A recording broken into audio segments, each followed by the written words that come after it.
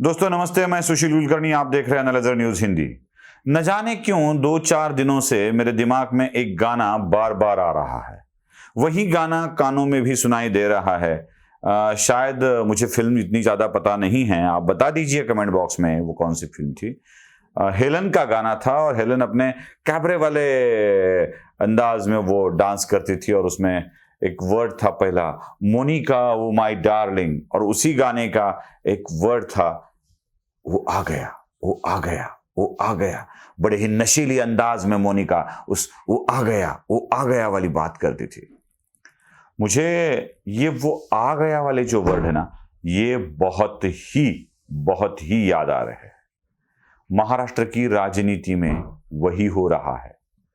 वो आ गया, वो आ गया, यही सुनाई दे रहा है।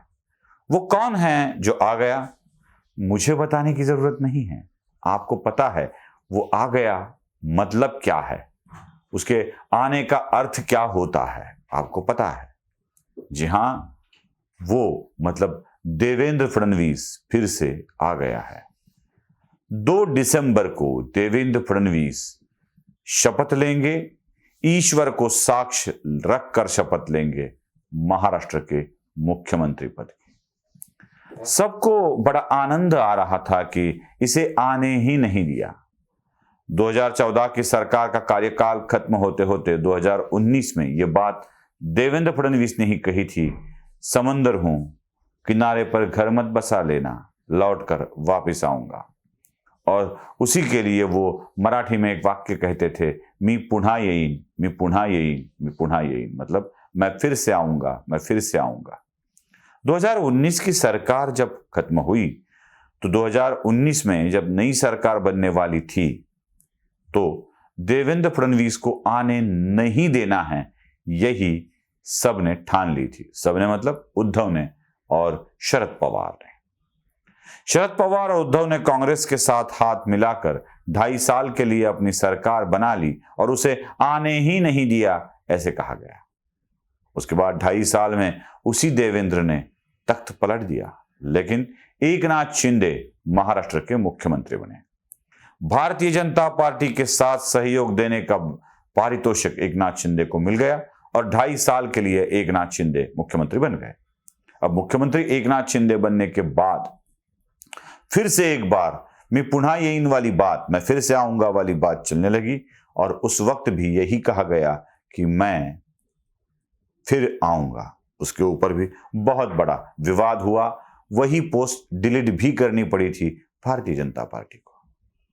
लेकिन जब 2024 में फिर से एक बार विधानसभा के चुनाव होने वाले थे, तब एक झटका भी देवेंद्र फडणवीस को लग गया था और झटका था लोकसभा इलेक्शन का। लोकसभा में भारतीय जनता पार्टी की मैं बुरी हार कहूंगा, बुरी हार, क्योंकि एक चरम सीमा पर था भारतीय जनता पार्टी का परचम, लेकिन उस चरम सीमा से हटकर वो बिल्कुल नीचे आ गया था और फिर देवेंद्र फडणवीस आने वाला नहीं है, यही बताया गया था। लेकिन देवेंद्र फडणवीस ने अपनी सारी गलतियों को सुधार दिया, सारी गलतियों को सुधार दिया। एक बात याद रखिए, एक हमेशा मैं बोलता हूं, जब लोकसभा इलेक्शन में पराजय हुई थी भारतीय जनता पार्टी की, तो देवेंद्र फडणवीस दूसरे ही दिन भारतीय जनता पार्टी के प्रदेश कार्यालय में आकर एक वाक्य बोल चुके थे और वो था, इस पराजय की पूरी जिम्मेदारी मैं अपने सर लेता हूं। और इतना कहकर उन्होंने सारे पद त्याग देता हूं, फिर नाना पटोले से दिल्ली में जाके इस्तीफा देने जा रहे हैं, ऐसा कुछ नहीं किया था। उन्होंने कहा था कि इन सारी गलतियों को सुधार कर हमें विधानसभा इलेक्शन में अच्छा काम करना है। कहां कहां फेल हुए ये भी बता दिया था। वोटिंग परसेंटेज की बात की थी, फेक नैरेटिव वाली बात की थी, अपने पॉजिटिव नैरेटिव वाली बात की थी और इन बातों को बोलकर पराजय का जिम्मा अपने सर ले लिया था। फिर 3 महीने बाद विधानसभा के चुनाव आए और इसमें इन सारी गलतियों को सुधार कर देवेंद्र फडणवीस ने यश प्राप्त किया, ऐसा यश प्राप्त किया कि विगत 30 सालों में किसी भी पार्टी को यह यश नहीं मिला था।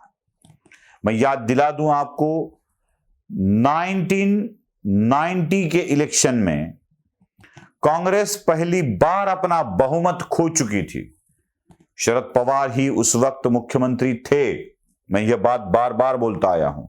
शरद पवार ही उस वक्त मुख्यमंत्री थे और पहली बार 90 के इलेक्शन में कांग्रेस अपना बहुमत खो चुकी थी और बहुमत खोने वाली कांग्रेस फिर से एक बार सत्ता में आई 99 में, लेकिन वो 100 का आंकड़ा पार नहीं कर सकी। फिर तो कांग्रेस का महाराष्ट्र में बंटवारा हुआ, शरद पवार अलग हुए और तब से लेकर 90 से लेकर आज 2024 तक कोई भी पार्टी अपने आप को जितना भारतीय जनता पार्टी उभर कर आई है उतना नहीं ला पाई थी। 132 सीटें अपने दम पर देवेंद्र फडणवीस और भारतीय जनता पार्टी लेकर आई। कुछ विपक्ष का भी साथ मिला, इंडिपेंडेंट का भी साथ मिला और कुछ पार्टियां भी साथ में हैं, तो 137 तक का ये आंकड़ा भारतीय जनता पार्टी का चला जाता है, अकेली भारतीय जनता पार्टी का। जब यश मिला तो देवेंद्र फडणवीस फिर से सामने आए और उन्होंने उन लोगों का आभार व्यक्त किया। ये नहीं कहा कि मैंने अपने सर उस वक्त पराजय का जिम्मा लिया था और इस वक्त जय की भी जिम्मेदारी मैं लेता हूं। देवेंद्र फडणवीस ने सब संतों का आभार व्यक्त किया, हिंदुत्ववादियों का आभार व्यक्त किया, कार्यकर्ताओं का आभार व्यक्त किया और कहा कि यह जो यश मिला है इनके कारण मिला है। मतलब पराजय, गलतियां खुद तो स्वीकार लेते हैं, लेकिन जब यश मिलता है तो ये सारी जिम्मेदारी अपने कार्यकर्ताओं के ऊपर सौंप देते हैं। बस एक लोगों के मन में अब चिंता थी, भय था कि अब क्या होगा। क्या Bharatiya Janata party CMship divide करके दे देगी? मतलब कुछ साल के लिए शिंदे के पास, कुछ साल के लिए पवार के पास, कुछ साल के लिए भारतीय जनता पार्टी के साथ, और टुकड़ों टुकड़ों में बटा ये पद क्या देवेंद्र फडणवीस लेना पसंद करेंगे?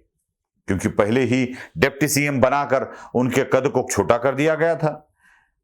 कद को छोटा जरूर कर दिया होगा, पद को छोटा कर दिया होगा, लेकिन देवेंद्र का कद छोटा नहीं होता है, वह और निखर कर आया था। यही देवेंद्र फडणवीस अब 5 साल के लिए मुख्यमंत्री बनने जा रहे हैं। मुझे लगता है कि 2 दिसंबर को यह सत्ता परिवर्तन होगा और देवेंद्र फडणवीस मुख्यमंत्री होंगे।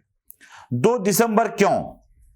इस पर बहुत सारे लोगों को आपत्ति हो सकती है कि 2 दिसंबर तारीख क्यों तय की है। तो बता दूं कि 1-2 दिन में यह सारी व्यवस्था नहीं हो सकती।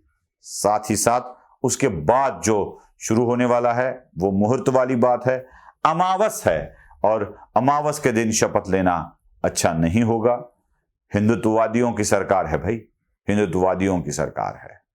जब महाराष्ट्र के कुलदैवत खंडोबा के नवरात्र शुरू हो जाएंगे, जब देव दीपावली मनाई जाएगी, उस दिन देवेंद्र फडणवीस महाराष्ट्र के मुख्यमंत्री का शपथ ग्रहण कर सकते हैं और तभी होगी देव दीपावली, क्योंकि देवेंद्र के नाम में भी देव इंक्लूड है। नमस्ते।